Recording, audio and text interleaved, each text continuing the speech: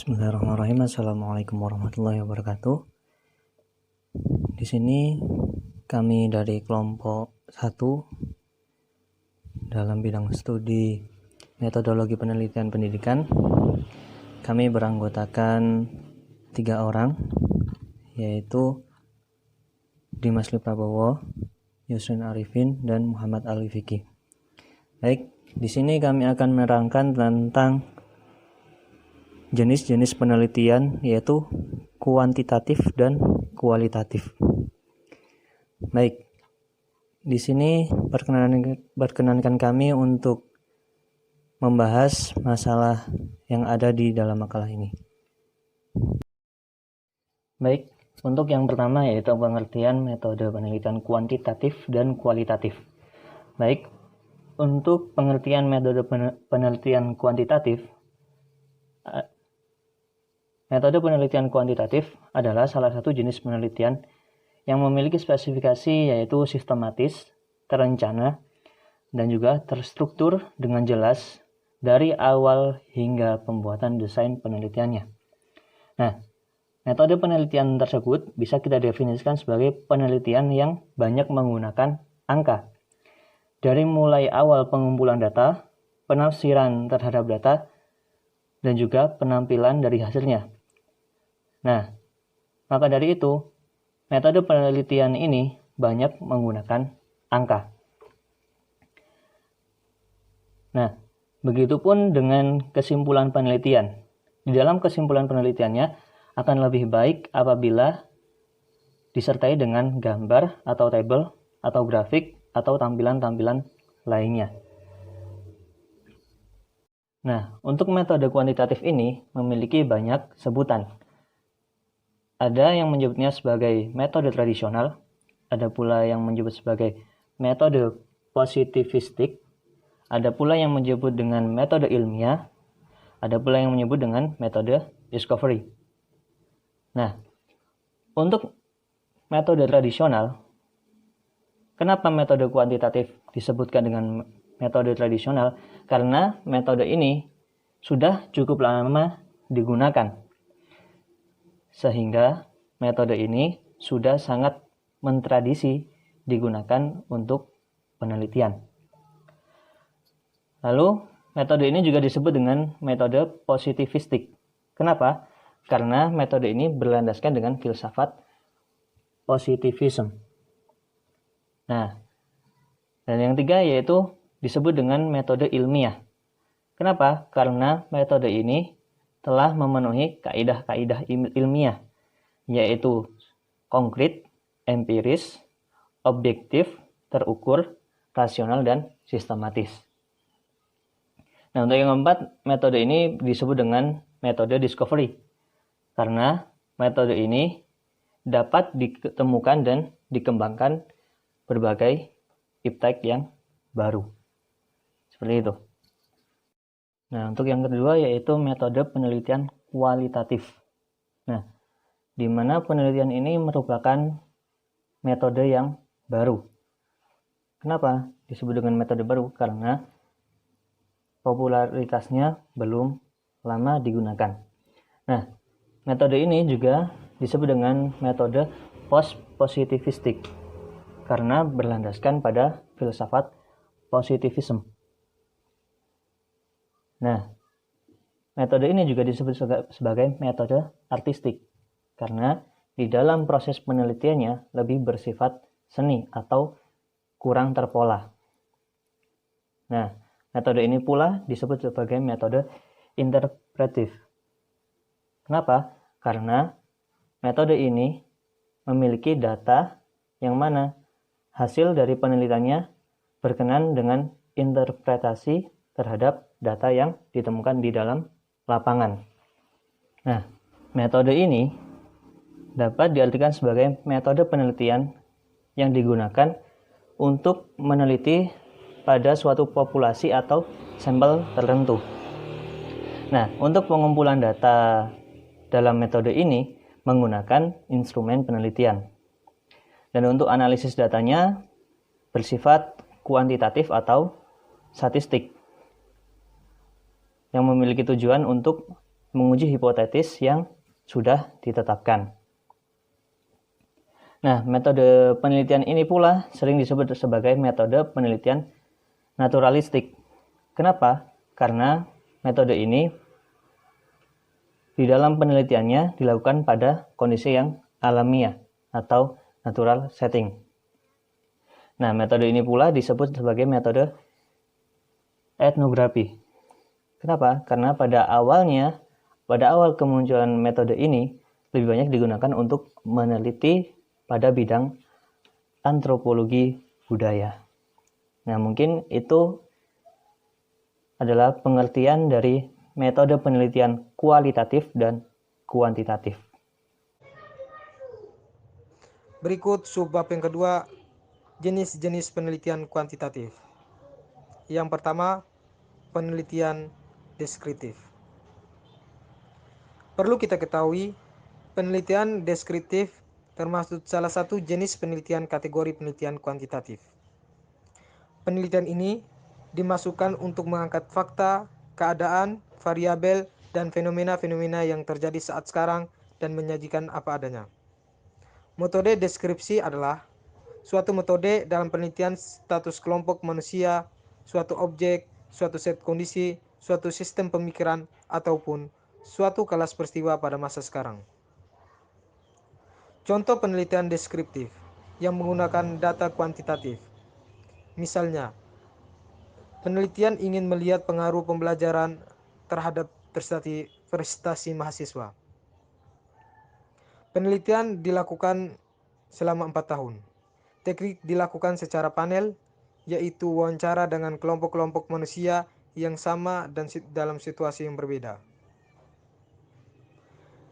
Data yang diinginkan bisa saja kuantitatif, seperti indeks prestasi, jumlah tatap muka perkuliahan setiap semester, atau lainnya, seperti kepuasan mahasiswa pada proses pembelajaran, penguasaan dosen pada materi, relevasi mata kuliah dengan spesialisasi dosen dan sebagainya. Berikut yang kedua, penelitian komparatif. Penelitian komparatif adalah jenis penelitian deskriptif yang ingin mencari jawaban secara mendasar tentang sebab akibat dengan menganalisa faktor-faktor penyebab terjadinya atau munculnya suatu fenomena tertentu. Penelitian komparatif banyak sekali dilakukan jika metode eksperimental tidak dapat diperlukan. Misalnya, penelitian ingin mengetahui sebab akibat hubungan antara prestasi mahasiswa dengan rajinnya mereka ke perpustakaan, keterangan belajar, proses pembelajaran, dan sebagainya. Metode penelitian komparatif bersifat ex post facto, artinya data dikumpulkan setelah semua kejadian yang dikumpulkan telah selesai berlangsung. Penelitian dapat melihat akibat dari suatu fenomena dan menguji hubungan sebab akibat dari data yang tersedia.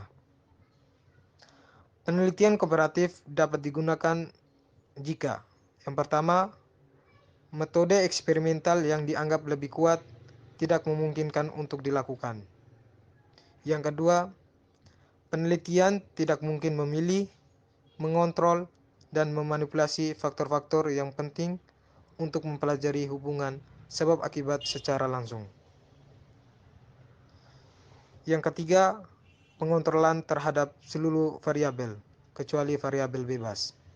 Sangat tidak realistis dan terlalu dibuat-buat, serta mencegah interaksi secara normal dengan variabel-variabel lain yang berpengaruh. Yang keempat, pengontrolan laboratorium. Untuk beberapa tujuan penelitian dianggap tidak praktis, mahal, atau secara etika dipertanyakan. Berikut yang ketiga, penelitian korelasional. Penelitian korelasional adalah penelitian yang akan melihat hubungan antara variabel atau beberapa variabel dengan variabel lain. Variabel yang digunakan untuk memprediksi disebut variabel prediktor atau variabel bebas.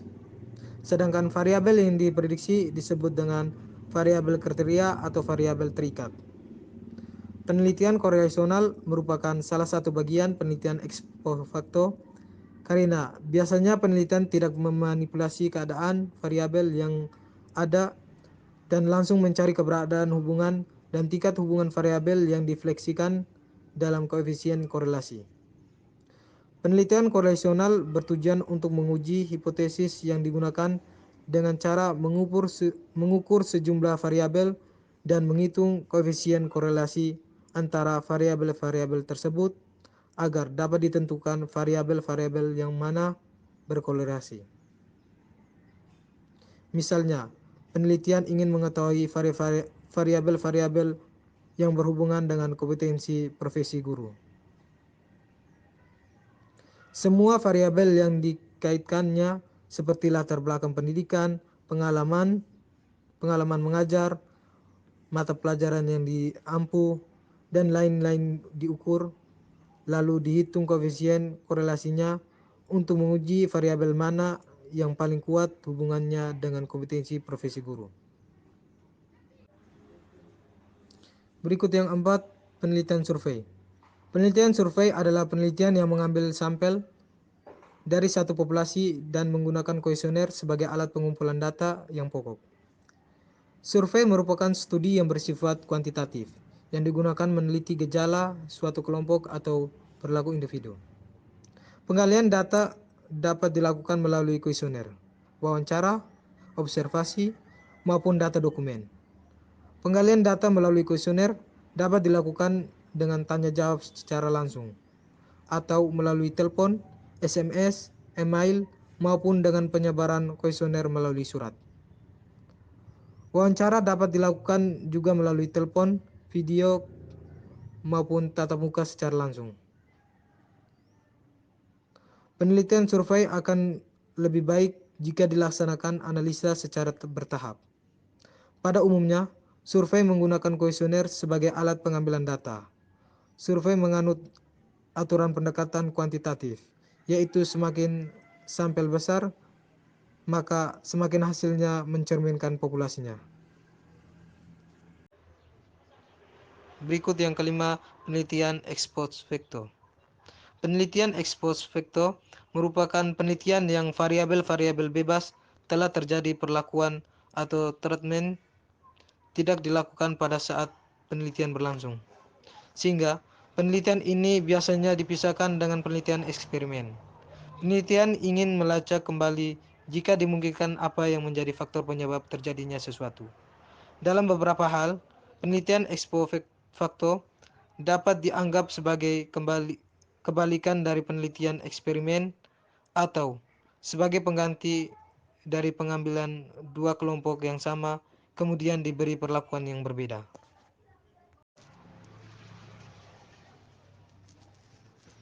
Yang keenam, penelitian eksperimen.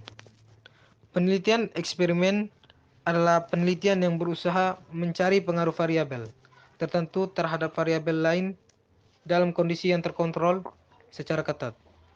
Margono menjelaskan bahwa semua penelitian eksperimental boleh dikatakan bersifat analitik atau kuantitatif. Tampak pula bahwa penelitian eksperimental sangat tepat untuk pernyataan penelitian yang dapat diubah menjadi hipotesis yang diungkapkan secara kuantitatif. Bentuk penelitian eksperimen menurut Tuckman ada 4 jenis, yaitu pre-eksperimental, true eksperimental, dan faktorial, dan kuasi.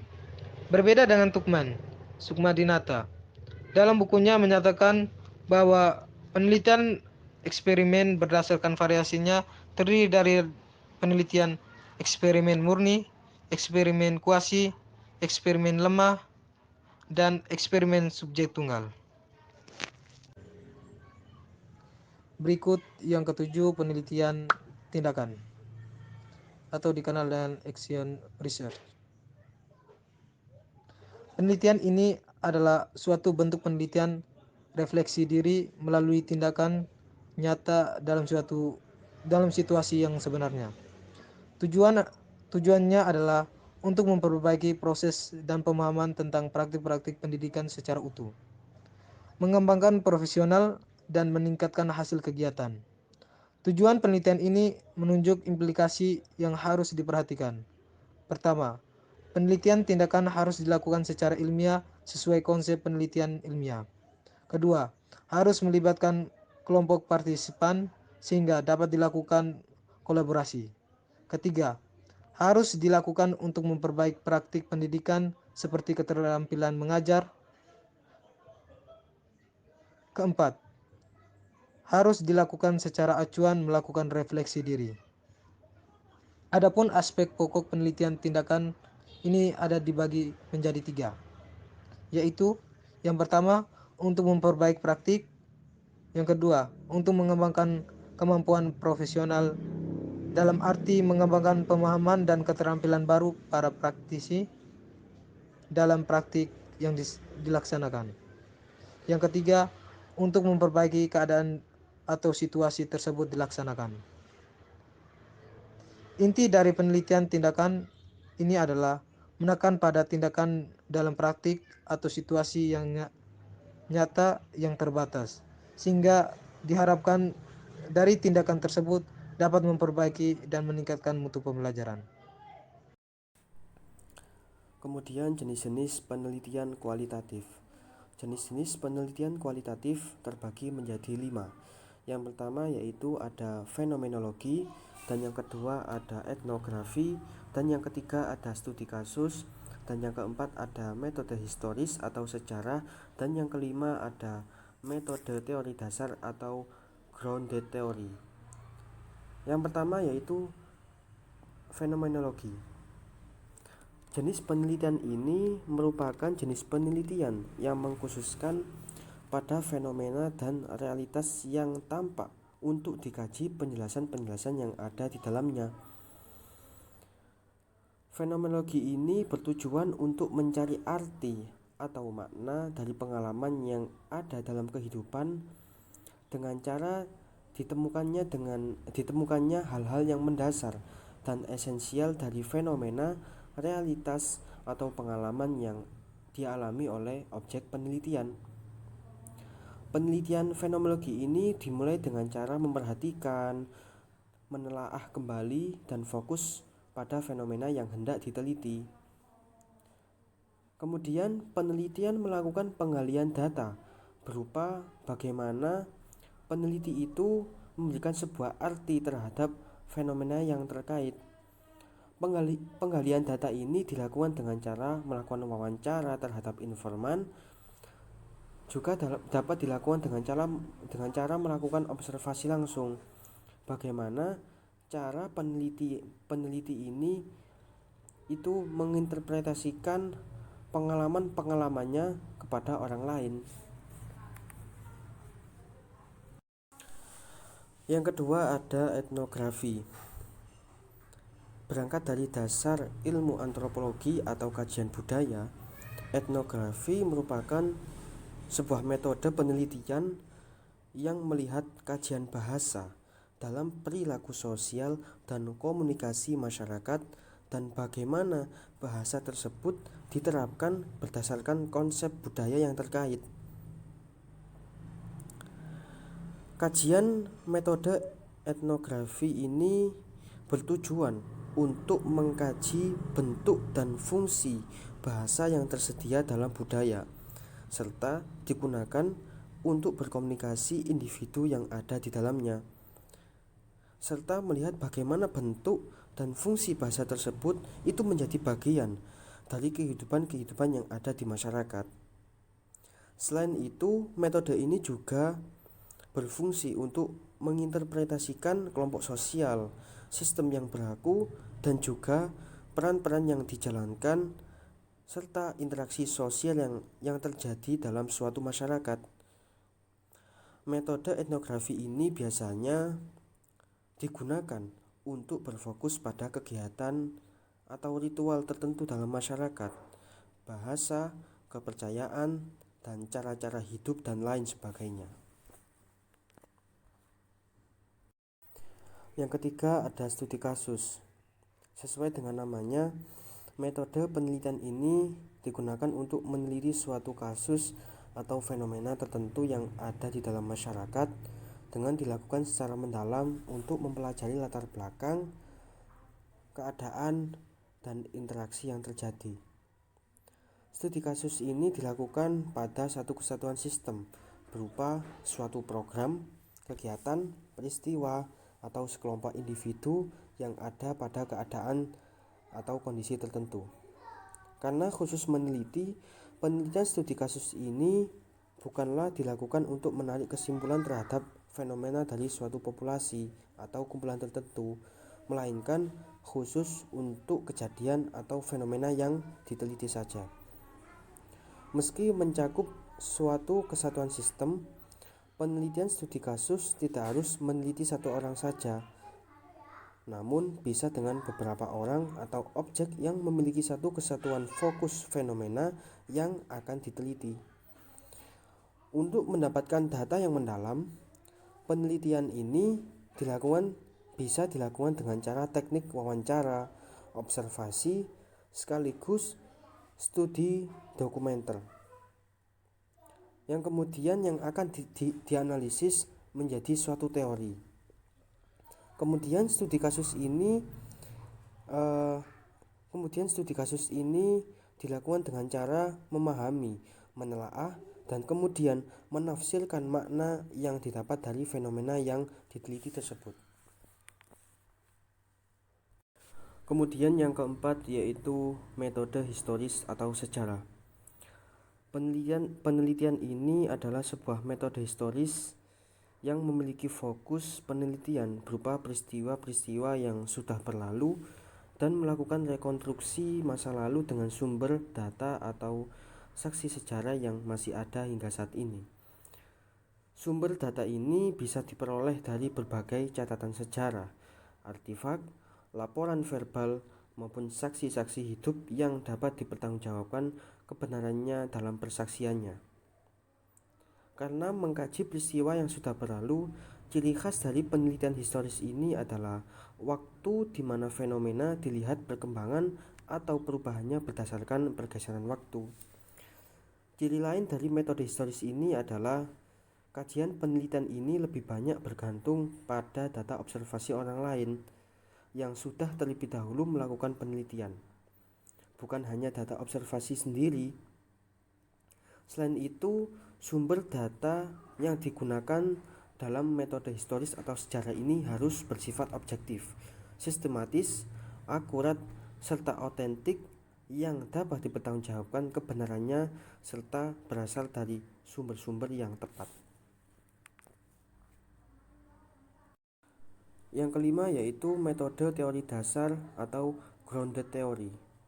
Jenis metode penelitian kualitatif yang kali ini merupakan jenis penelitian yang dilakukan untuk menemukan suatu teori atau menguatkan atau justifikasi teori yang sudah ada dengan mengkaji prinsip dan kaidah dasar yang ada, lalu dibuat kesimpulan dasar yang membentuk prinsip dasar dari suatu teori. Dalam melakukan metode ini, peneliti harus memilah mana fenomena yang dapat dikatakan fenomena inti dan mana yang bukan dapat diambil dan dibentuk suatu teori. Pengumpulan dari metode penelitian ini dilakukan dengan cara studi lapangan, observasi, pembandingan antara kategori, fenomena, dan situasi berdasarkan dengan penilaian, seperti kajian induktif, deduktif, dan verifikasi hingga datanya bersifat jenuh. Itulah presentasi dari kelompok kami tentang pengertian dan jenis-jenis penelitian kuantitatif dan kualitatif. Sekian dari kelompok kami, kurang lebihnya mohon maaf. Wallahul muwaffiq ila aqwamit thoriq. Wassalamualaikum warahmatullahi wabarakatuh.